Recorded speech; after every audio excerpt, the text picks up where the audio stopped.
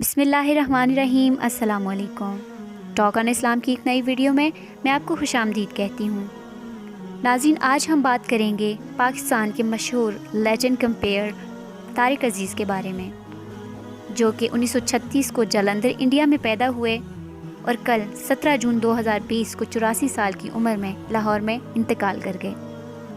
انہوں نے اپنے کیریئر کا آغاز پاکستان ٹیلی ویژن کے ایک معروف پروگرام نیلام گھر سے کیا، اور اس پروگرام کے ذریعے انہوں نے بہت شہرت پائی اور بہت سارے لوگوں کے دلوں میں گھر کر گئے۔ اس کے علاوہ وہ قومی اسمبلی کے رکن بھی رہ چکے تھے۔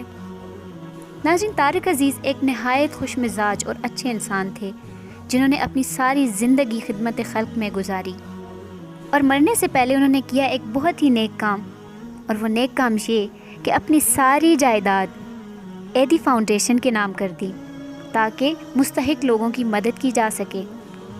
ناظرین، یہی نیک کام ہوتے ہیں جن کے ذریعے ہم دنیا میں بھی اور آخرت میں بھی فلاح پا سکتے ہیں۔ اللہ تعالیٰ سے دعا ہے کہ اللہ پاک طارق عزیز کے درجات بلند فرمائیں، آمین۔